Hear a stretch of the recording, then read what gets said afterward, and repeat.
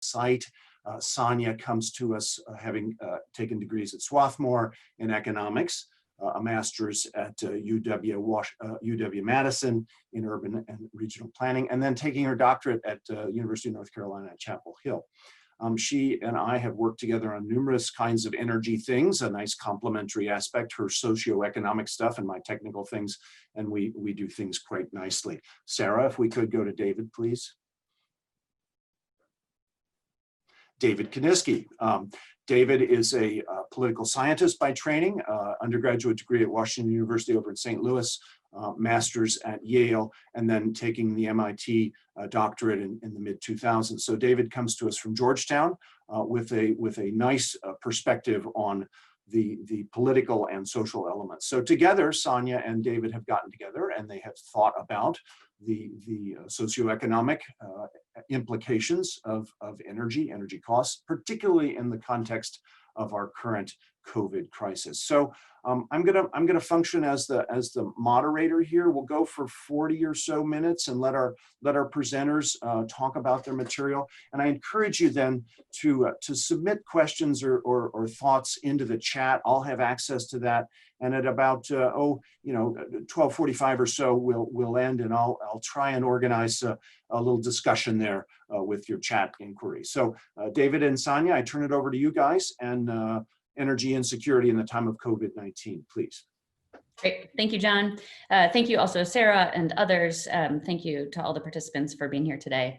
So I'm gonna tee us off, and then David will take over midway through the presentation, so you get a little bit of a flavor from both of us.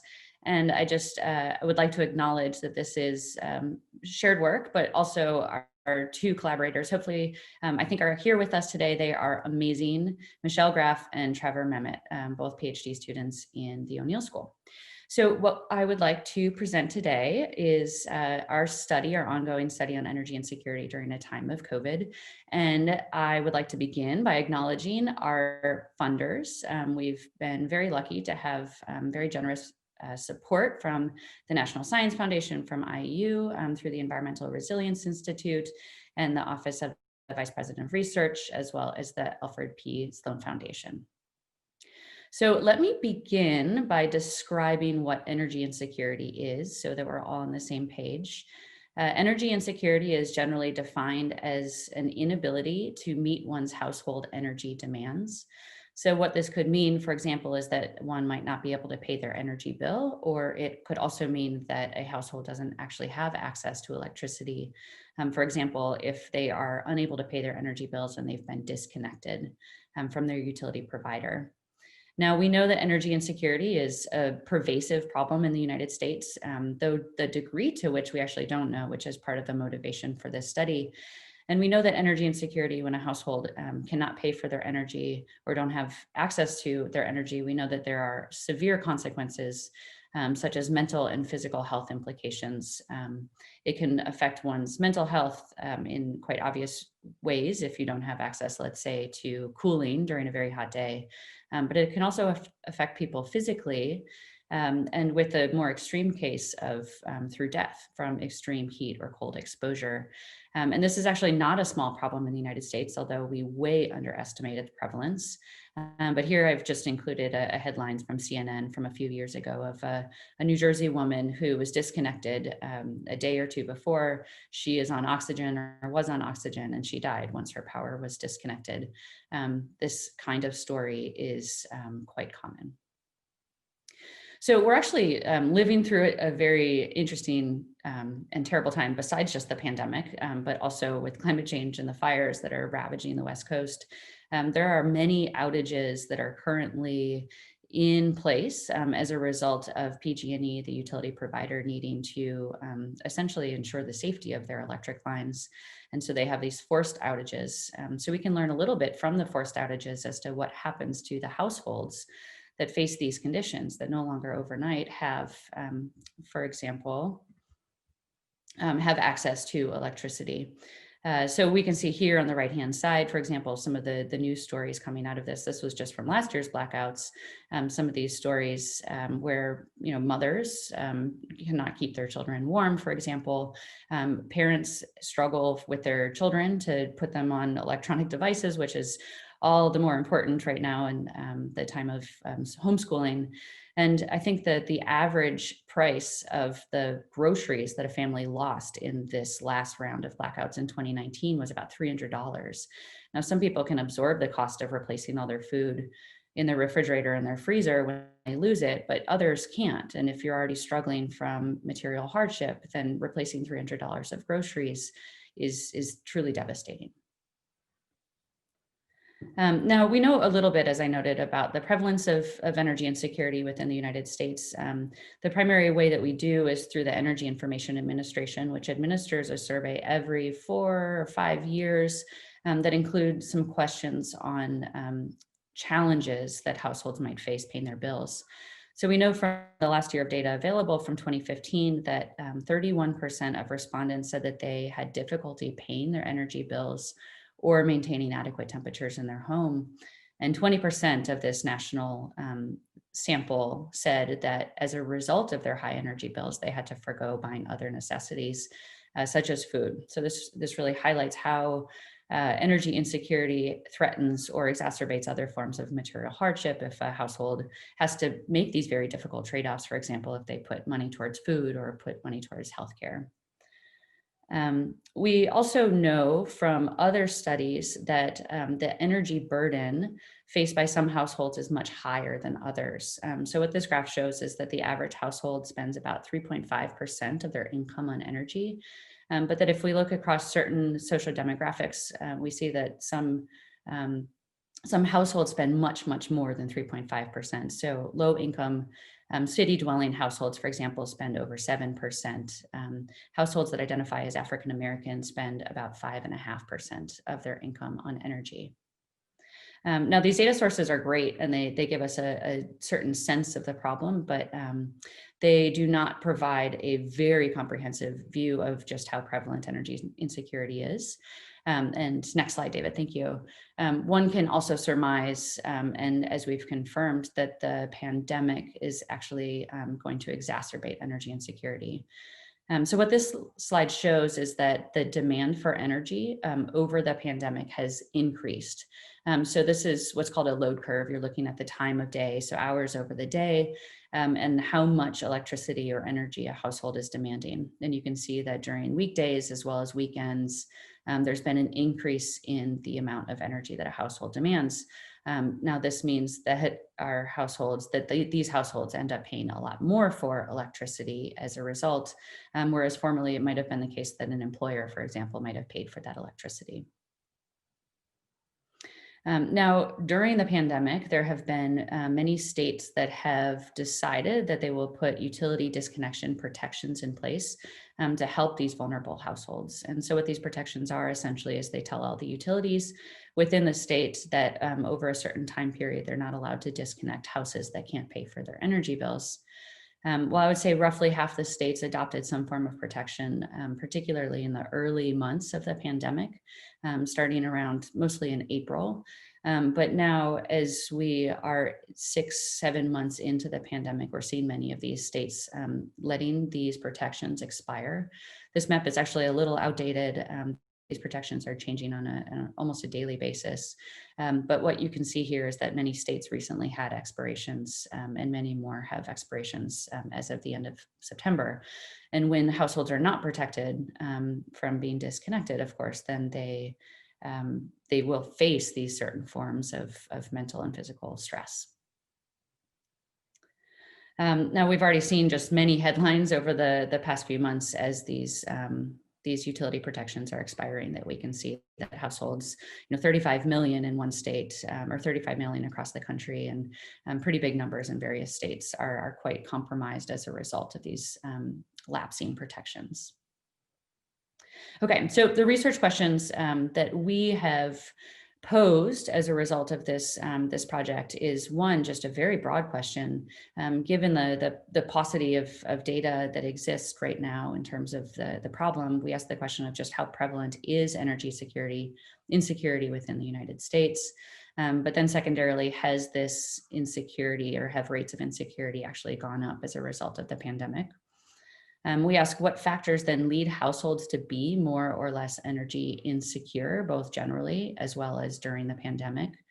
And what are the implications for households when they are energy insecure? So, for example, what kinds of coping strategies might they adopt in terms of their behavior, as well as other forms of material hardship, how they spend their money, where they seek assistance, if they have access to assistance, if they have access to legal services, and so forth. So this is our project. And now I will talk about some of the conceptual work that is underpinning our work. So the broad literature we've bucketed here. One is the literature on energy insecurity and understanding the problem. A second is thinking about the public health outcomes of being insecure. A third is thinking about the difference between acute and chronic insecurity. So long-term insecurity, every single month, for example, a household might not be able to pay its energy bills, versus acute if there are shocks, for example, that send a household into this state of insecurity. And of course, the pandemic is one such form that might send a household into acute insecurity. We also pull from the literature on material hardship, as well as the evolving literature on energy justice, which I'll say is the founding framework that David and I and Michelle and Trevor have adopted as we've thought about these challenges. So we're always thinking about just generally what are the justice implications of our evolving energy systems, and this energy insecurity is a prime one. So contributions of this work, one is to produce quantitative analysis and actually have data that we can use to get a sense of the magnitude of the problem. And the data come from a survey, a sample of Americans under 200% of the federal poverty line, as I'll describe in just a slide or two.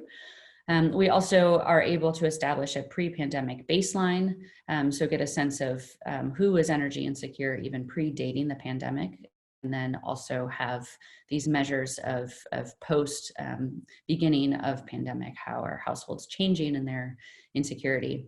And then we also have multiple measures of energy insecurity, which range in severity. If you can just press the arrow over, David. Yeah, here we go. So the least severe would be you cannot pay your energy bill, which of course is very severe in terms of consequence for a household that's in that condition. But if they cannot pay their energy bill, then they may or will likely receive a notice of disconnection from their utility provider. And then the most severe form of insecurity then is being disconnected from the utility provider. So in our work, we're leveraging this schema. Okay, so a few points about research design. Our survey, or our design for our broader project, is to administer a survey on a panel of individuals. And we are approaching this panel at 4 different points in time over the course of an entire year.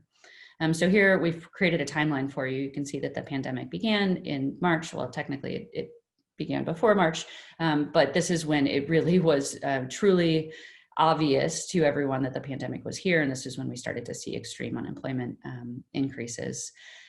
We then administered our first survey within 2 months of the beginning of those experiences in April and May. We also recently administered our second round of survey in August, which was to account for all of the warm months. So think about what might happen when it's particularly hot outside and we have heat waves, and what kinds of behaviors or challenges a household might face if they are unable to pay for their energy, but they still need to be cool. Our third wave of survey data administration will be around December or January. The objective here is to get a particularly cold month, to think through some of the implications for households when they are facing very cold conditions. I'll note that people die more frequently from hot temperatures. However, in very cold temperatures, one or a household might resort to particularly unsafe behaviors, such as using space heaters, for example, or even using an electric oven that's opened to heat a room. And then our final form, our final wave, will be in March or April, approximately 1 year after we began. So we're tracking these same households, approximately 2,000 households over the course of this entire year through different seasons. Our first survey in wave 1, we had 2,381 households, and these are adults that the household income is within 200% of the federal poverty line. So these are low income households. Our survey was administered online. It was approximately 10 to 15 minutes long, and it was administered by YouGov to a nationally representative sample of this population, the 200% of the federal poverty line. And we asked questions about energy insecurity, including the various degrees of insecurity. We have questions that identify certain demographics, behavioral responses, health, both mental and physical health, the degree to which households take or apply for government assistance, as well as a variety of housing conditions. We also asked questions about how energy insecurity was in the past year, in the past 3 months, and in the past month. And what we'll present on today are just pulling specifically from the past month and the past year.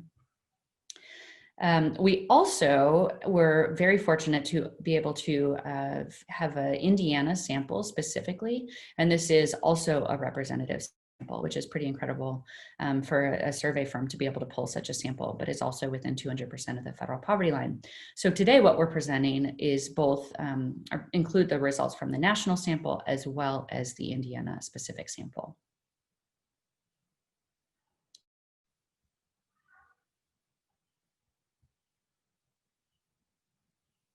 Okay, sorry, I had to find my unmute button. Great, so I'm David. Thank you, Sonia, for getting us started, and thanks to Sarah and John for hosting us. Sonia did an incredible job considering I was the one hitting the PowerPoint slide, so that was very fluid, so kudos to you. So what I want to do is sort of take us through some of the results, and as Sonia noted, I will talk both about the national sample, but as well as have a few slides on the Indiana survey. The results will focus mostly on our initial wave. So think about the time period of around April, May, being sort of the period of when that survey was in the field, but I'll also share some preliminary findings from the second wave, which was in August, as Sonia mentioned. So the first research question, if you recall, is that we're really curious about is trying to get a better handle on the prevalence of energy insecurity and to see the degree to which that varies by different sort of population subgroups. So in this graphic, what you're looking at is sort of a select number of household characteristics and some demographics across our 3 measures of energy insecurity. So there's a lot to unpack in this figure, but what you're looking at is sort of proportions of our respondents that indicated that during the past year or during the past month, whether they had were unable to pay an energy bill, and then similarly, where did they receive a disconnection notice from their utility provider, and then the blue is whether or not they were actually disconnected. The full bar represents the proportion that during some point in the last year sort of met one of these or responded in this way to these energy insecurity measures, and then the hash marks give you a sense of just those in the last month. So that's sort of the orientation of the figure. So what's quite striking about these just prevalence results is that you see really big differences across different segments of the population. So one of the really interesting findings is that people who are living in poor housing conditions, so here think about people in houses who they may be drafty, they may have mold, they may have broken or not functioning well HVAC systems. And it's in those cases where people are struggling the most with these energy insecurity measures, right? Both in terms of inability to pay bills, as well as receiving notices and actually being disconnected.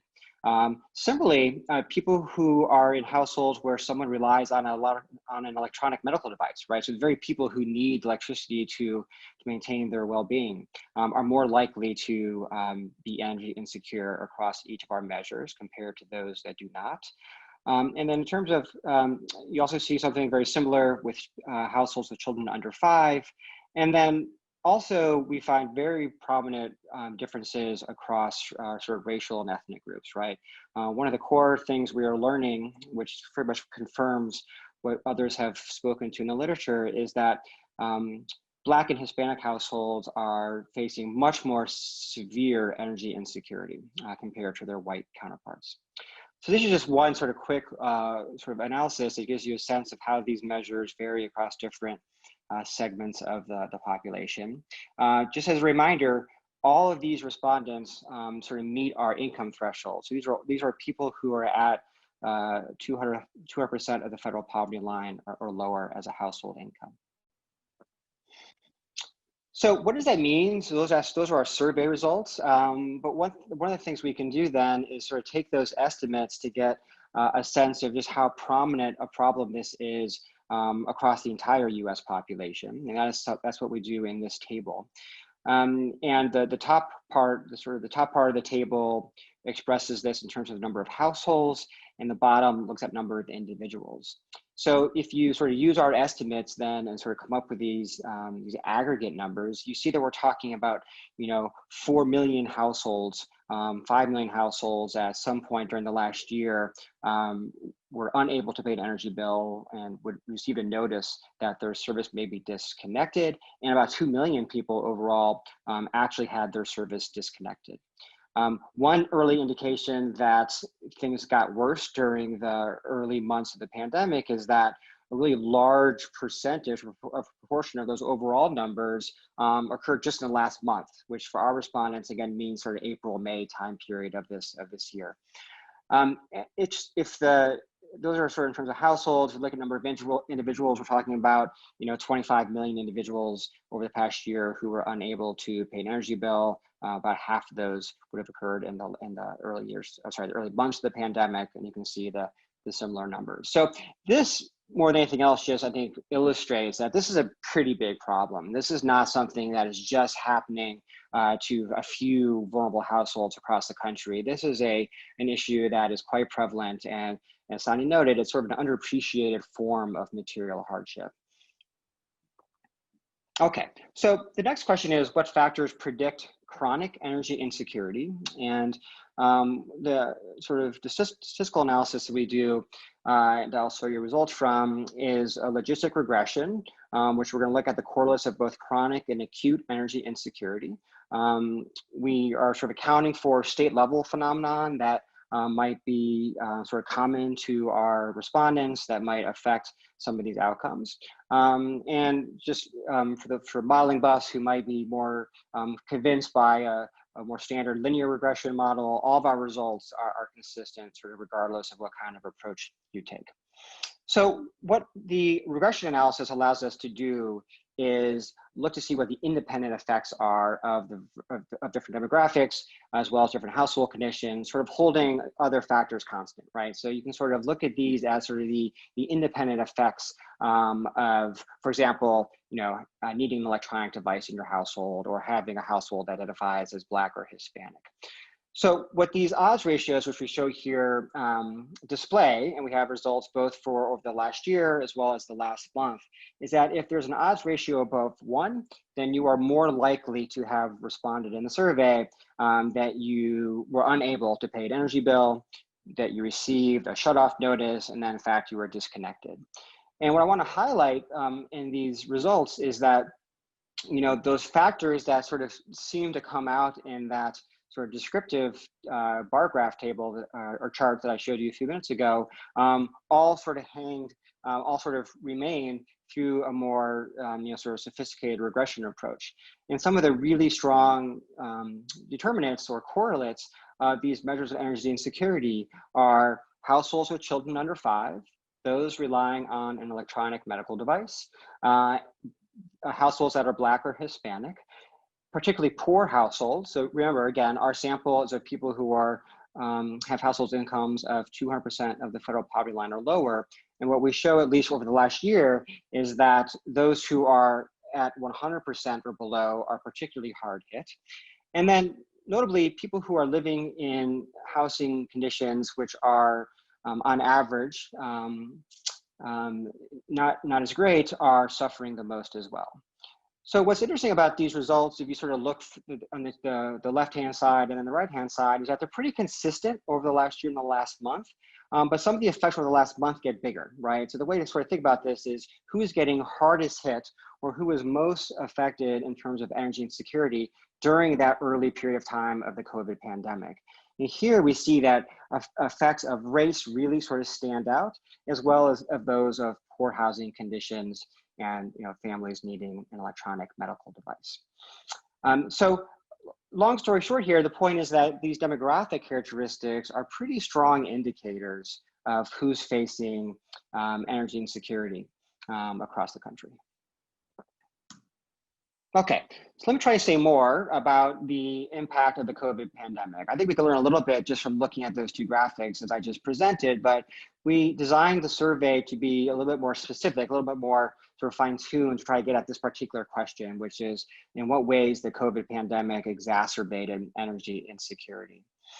And the way we did that is we asked a series of additional questions that you sort of can think about as being COVID specific, right? So these range from asking people if they or someone in their household had symptoms of COVID or if they had a positive test.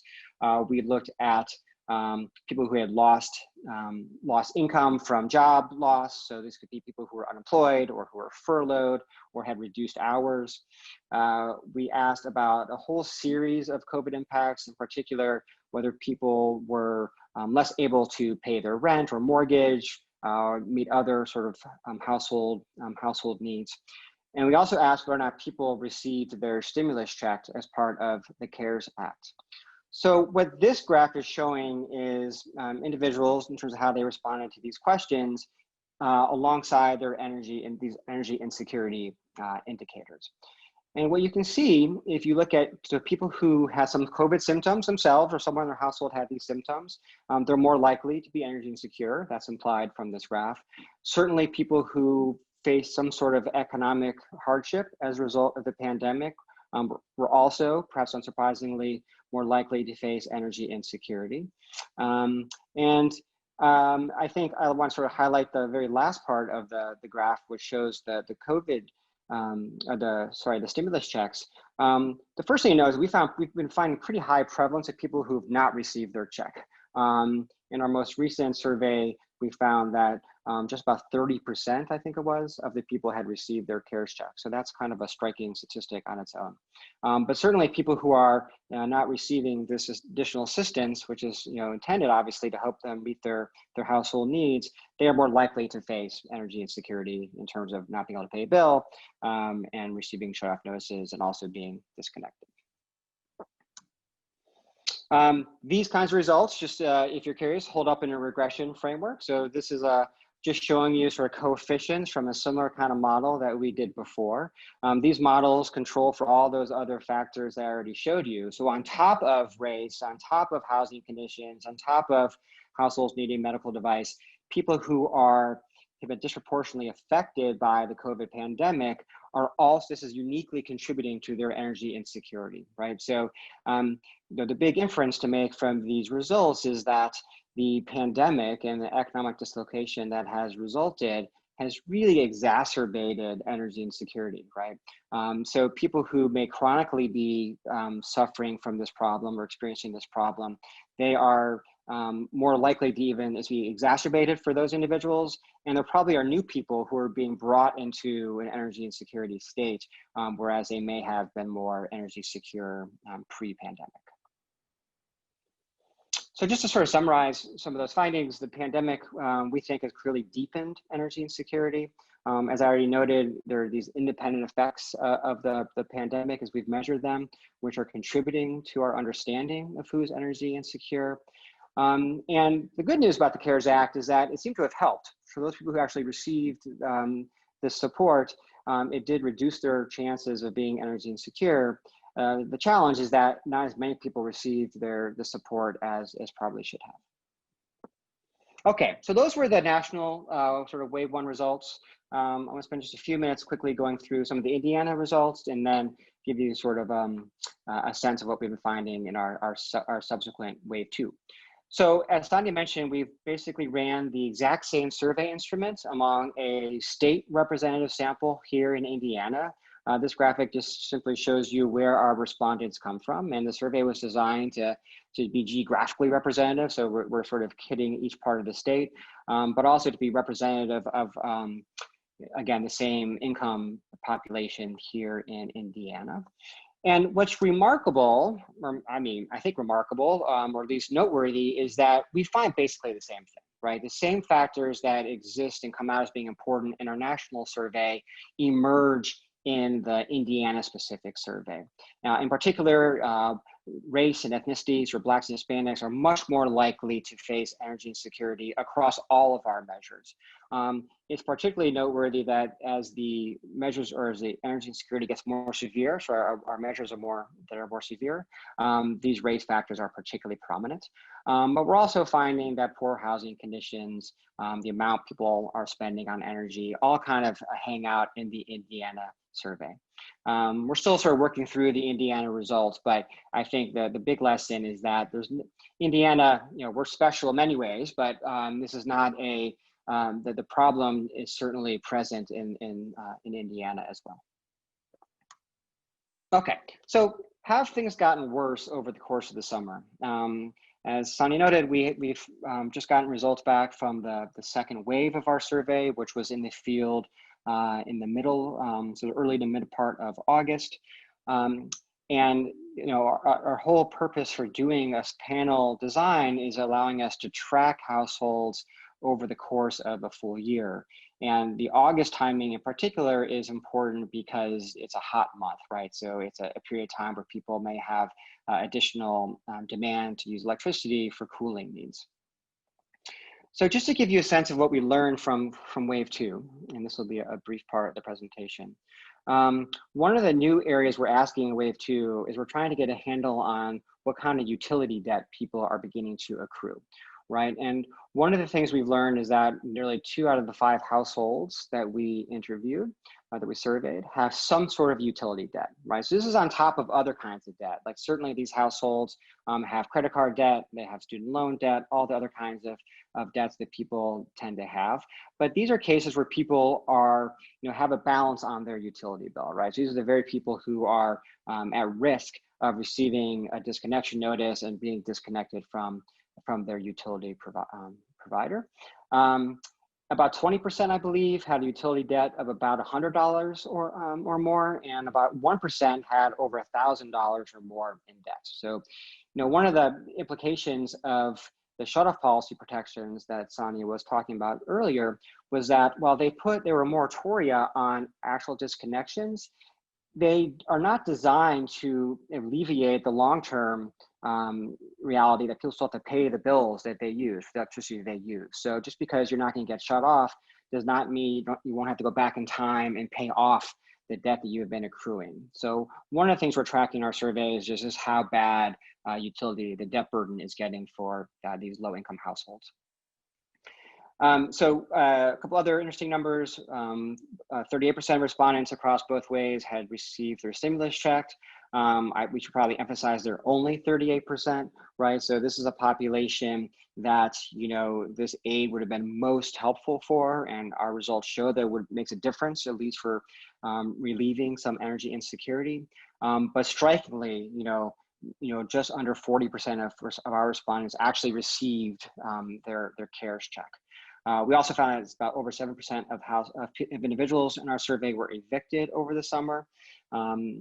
And just in terms of some other trade-offs or other interesting factoids, 64% require prescription medication, and 18% of those could not fill their prescriptions since COVID began. So we're trying to sort of track, our work is really about energy insecurity, but we're trying to track more generally how energy security sort of fits into the larger sort of portfolio of material hardship that these households are facing.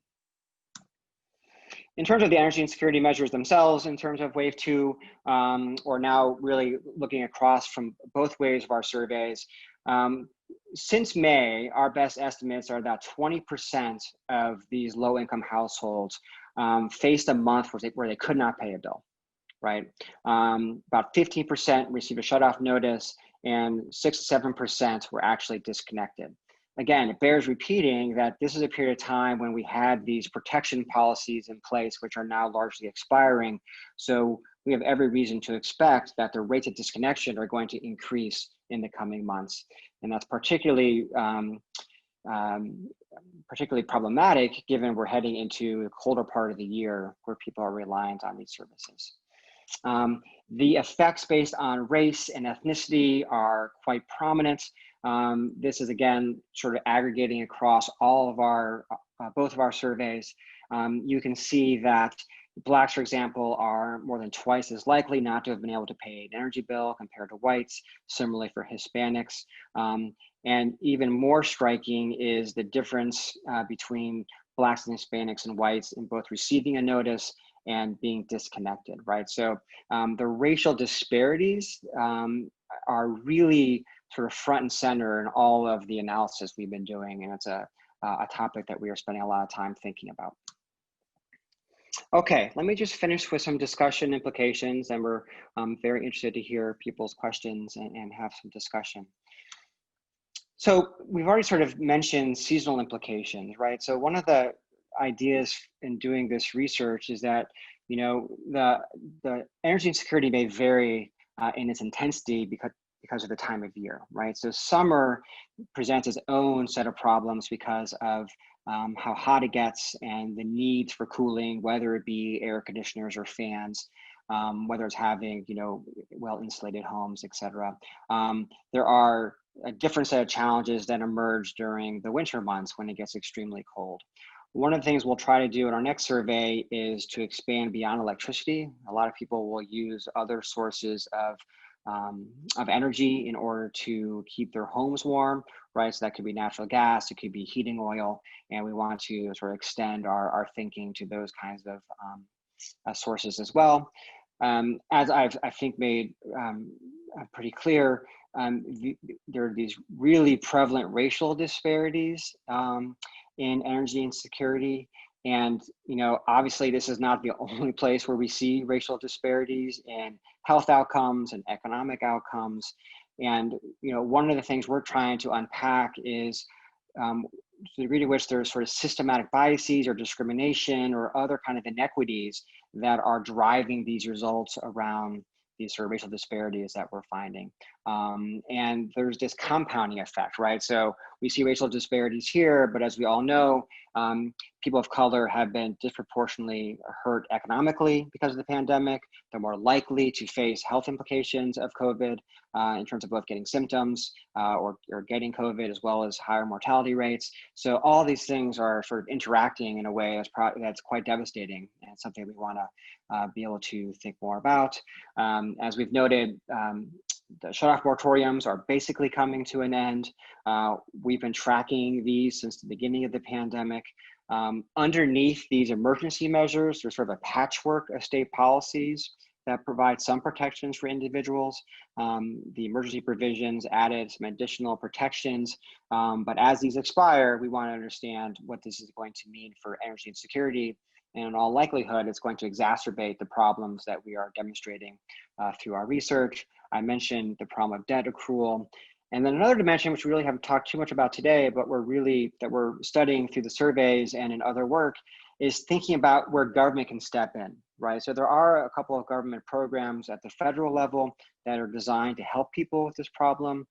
The low income home, I always get this one, the Home Energy Assistance Program, I think it is, LIHEAP for short, is designed to help people meet sort of acute energy needs, right? So if you can't meet your bill one month, you can get some assistance.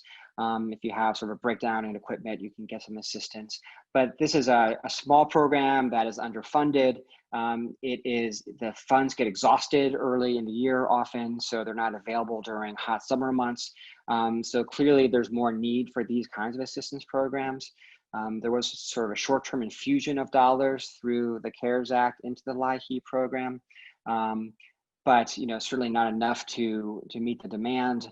But that program is designed to deal with sort of acute problems, right? And what's lacking is programs to help people improve their housing conditions, for example. So there is a federal program, the Weatherization Assistance Program, which is intended to provide resources to help folks you know, insulate their homes, make sure that their equipment is working efficiently, et cetera.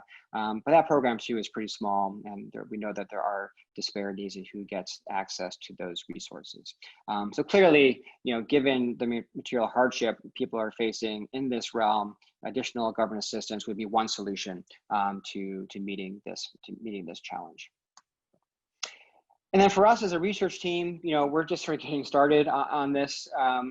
We have a lot of work to do. around energy insecurity. The research we presented today is really about the prevalence of the problem and who's more likely to experience it. Our surveys were also designed to try to understand how people are coping, right, both behaviorally as well as financially. So we're sort of continuing to ask questions in those areas, and we'll do analysis as we go through subsequent waves of the survey. We sort of mentioned sort of the patchwork of disconnection protection policies. We want to understand the impact of those policies. We're curious about what people do when they face energy insecurity, when they receive a shutoff notice, for example. Are they able to access legal services? What other kind of resources are they able to find to help them through those challenging times? We're interested in questions about trust and utility providers and the degree to which people's trust changes their behavior or changes their the way they sort of cope with these kinds of problems. So we have a very full plate on our hands, and we expect this to sort of keep us busy for the coming months and longer. We're very interested to hear what kind of questions you have, and I'm sure part of our motivation for presenting research like this is that we are sort of constantly learning from interactions and people's feedback, and it helps sort of guide the kinds of questions that we take on. So thank you very much, and look forward to our discussion.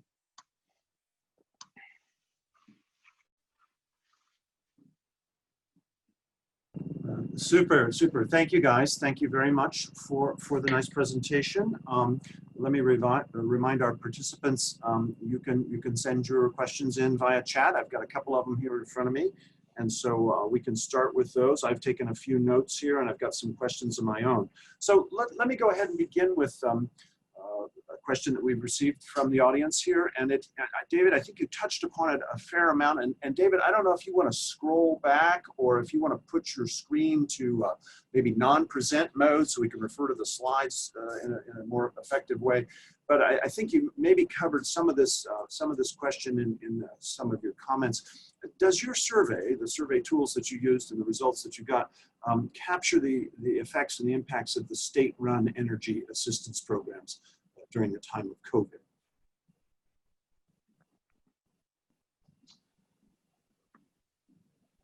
So I can take that. So and Sonia may have to refresh my memory. So we asked people, so one of the questions we asked people is if they sought financial assistance to help pay energy bills. And we asked about a whole different sort of portfolio of potential sources, right? So it could range from, I asked a friend or a family member, or I sought out assistance from a faith-based organization or a nonprofit organization. And we asked about access to federal assistance programs. I believe we also asked about sort of a government agency in general. I don't recall if we specified a state versus a local. Sonia might remember, but we haven't looked closely at those data yet. So I couldn't give you a sense of what proportion of respondents sort of chose that path or were successful in getting assistance from a state agency. So that's sort of the first answer to the question. The second thing I would note is, we know locally, for example, that people have ability to get some assistance through sort of government programs that are being administered either at the city level or the county level. So it's certainly possible that there are other sources of financial assistance, at least in the short term, during the pandemic. I don't have a great sense that that's available to people sort of writ large during, quote unquote, normal times. So I would add that as well.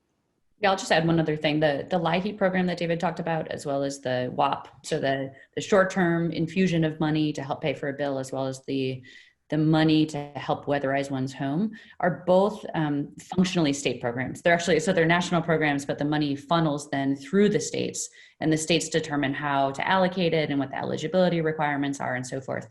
So it's possible that for that question, you were actually thinking about the LIHEAP and the WAP program. And we do. We not only ask about it, but we control for it in our studies. And I think you might have seen in the Indiana one in particular, that LIHEAP is important and it does help with energy insecurity. But again, it's very short-term temporary assistance. That inquiry is about federal programs, government programs. Another facet to that, and the second part of this question is, have nonprofits had a significant impact? Have there been some non-government kinds of impacts in terms of helping energy security, either historically or in the frame of your survey time? Michelle's on this call, and maybe I'm just calling her out without being able to see if Michelle has done, thumbs up. Okay, so Michelle has done quite a bit of perusing of our data in terms of nonprofit organizations and financial assistance. And I think that across the board, what she's finding is that all of these forms of assistance can help.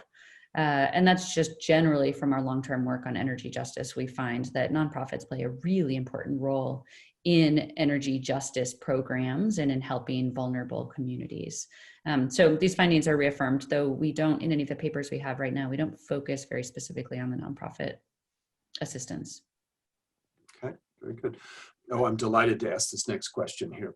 What effect could energy insecurity during COVID have on the transition to clean energy? So we're all transitioning, and there's some economic and social implications to that, and energy justice implications. So what about that relative to this transition that we're sort of in? That's a tough one. Yeah, it's an interesting question. And to be candid, when we first started talking about doing research around energy and security, that was what we were thinking about, right? We began this work a couple of years ago, obviously pre-COVID, and there are many ways in which the energy transition could, for example, raise electricity prices for some people in some areas, right? So as you sort of move away from some fossil fuels to renewables, in some places that's has very little cost implications. Other places it may drive up electricity costs as utilities modernize their grids and seek recovery for those investments. That could increase rates, right? So COVID aside, I think that the two big points to make is that some people across the country just pay more for electricity, right? So they're going to be disproportionately affected by those kinds of changes. We also know that sort of the energy burden, which is sort of this idea that it's sort of how much of your disposable income do you pay for energy needs. There are disparities in that. It turns out that people of color, for example, pay more of their sort of disposable income on energy than white folks, and that's controlling for things like housing conditions or other factors like region of the country that might drive up sort of energy costs. So I think it's a long way of saying sort of energy insecurity is not specific to COVID at all. Certainly it's gotten worse, but this is a problem that's pretty prevalent across the country, and anything that results in higher energy prices is going to have these disproportionate impacts. Yeah, I'll just add on top of that one possible intervention or public policy type approach that one could take is to help these households with energy efficiency, as well as provide them with access to clean energy technologies such as solar panels, right? So the energy efficiency would bring down their energy bills. Solar panels would allow them to offset their energy bills and possibly even sell some of their electricity to the grid.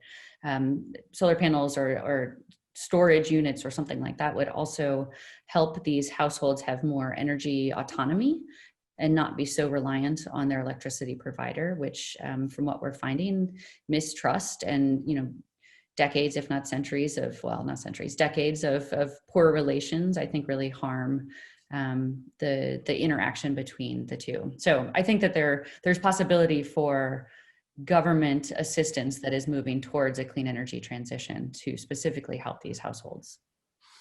Good. Other questions from our audience? Type them in. I'll do it. Let me carry the ball in the meantime. And David, you alluded to this a little bit. Your assessment on energy insecurity is in the context of other hardships. You use those terms, other hardships. What is the relative percentage or impact? You had one graph, it was a nice graph, a bar graph at the beginning. I think it averaged out about 5% of income. We talked about, you applied this business about regressiveness as your income goes down, the impacts go up. When we compare that with housing or medical expenses or clothing or food, there's assistance programs, there's also hardship. Where does energy fit in that gamut of other dimensions in hardships? Either of you. I mean, David, you brought it up. Yeah. I don't know. Sonia, do you have sort of a quantitative a sense of what that looks like? No, we don't ask actually for full information about all of their bills so that we have a sense of how much they're paying for energy versus other things. We do ask a question though about, as a result of paying your energy bills, whether you have a difficult time or you must forego expenses on other things. At the end of the first survey, so the first 3 months of the pandemic, it was at 28% of our respondents said yes. I don't remember the wave two, but I think it was much higher. So, at least a third of our respondents face these trade-offs. I'll just add some anecdotal evidence that from talking to, actually the NAACP has a chapter in Gary, and they've rolled out this really innovative, I think, program where they have both short-term as well as long-term assistance. So they've targeted households, low-income households that are struggling to pay their energy bills. They're providing immediate financial assistance to help these households pay their bill, but also working with the households on weatherization programs, as well as, financial literacy and all kinds of, efforts to help them in the long run be able to pay their energy bills. And what I really like about this is the kind of dual approach. And now I'm losing my train of thought as to how that pertains to energy and expenses. Oh, one thing that I've heard from speaking with the representative who's leading this charge is just how many households within this region that they're working on through this NAAC program have faced these very difficult trade-offs this summer in particular, because their children are at home and their children aren't in school, and they either homeschool or they were just home through the whole summer. And some of these parents are at home, some of them are working like on the front line, right? And so the challenge is to what kinds of things can they do for their children to make sure that they're babysat functionally, right? So that they have something to do. So it was noted that these households are spending a lot of money on electronic devices or tablets or even a pool or something to just occupy their children during that time. And that actually is more important than putting money towards food, for example, or energy. Just swag. Yeah, I'm sure there's data out there. I'm sure there's rough percentages that you could qualitatively compare. I mean, is that 5%? Is that half of what housing burdens are? I suspect it's less than a housing burden. I assume a housing burden is 10, 12, 14, 15% of an income. I assume food is up high too. So when we think about the impacts of this hardship relative to others, and there's always not enough resources to go around, and how do we effectively help and stimulate. And obviously the synergies you talked about, Sonia, are really important. If we can do something that helps employment and helps jobs and maybe even some other aspects of energy security at the same time of health impacts, that's a wonderful thing. Let's see, do I have any more questions? I don't see any there. That gives the moderator the chance with the 3 more minutes left to choose one of my own. Oh, here's a zinger. You started with the stuff. There was some EIA data, right? Yeah, I assume that EIA data is aggregated all energy costs. So inside of that is electricity and natural gas and transportation fuels. And Right. So I think maybe it's almost just a suggestion to look at in the future. A very important aspect of hardship, I would say, in our very mobile American society is the ability to move around, and we're very transportation. We're very personal auto centric. And so if you can't pay for insurance, if you can't pay for the fuel for your car, if you can't pay for payments to your vehicle, this to me is energy insecurity in the same sense. You can't go to your job, you can't go to the doctor, kind of thing. Thoughts on that notion relative to this stuff you did on electricity in the home? Yeah, I completely agree with you. I think that it's another aspect of the same problem. Though with the pandemic, people are driving less. And so one could surmise that there are some savings there that could then be applied to home electricity bills or natural gas bills. But I agree with you, that's also equally problematic. I fear they're driving less because the schools are closed and they're out of work, and those two big factors, and they're unable to move around. Okay, we've got a minute or so left here. Any final thoughts or questions from our audience? I should also Guy- say sorry for the singing children that in the background. I don't know if you guys can hear them, but I Oh, can hear did you have singing children? I'm missing it. No, it Okay, sounds great. good. I'm glad you're I love missing it. A little life there. Thank you guys very much for your thought-provoking and interesting work. I wish you the best as you move forward with the very important questions. And I think, Sarah, you have a word or two to finalize with. Yeah, thanks, John. Let me second your thanks to Sonia and David. Very important research, and it's just incredibly interesting. Thank you, John, for moderating this session, and thanks to our audience for tuning in and for your thoughtful questions. We look forward to your participation in future resilience speaker sessions. The dates and times are on the screen, so please look to the ERI or IPE website for the calendar registration link. Thanks again, and have a wonderful weekend, everybody. Bye-bye. Thanks, everyone.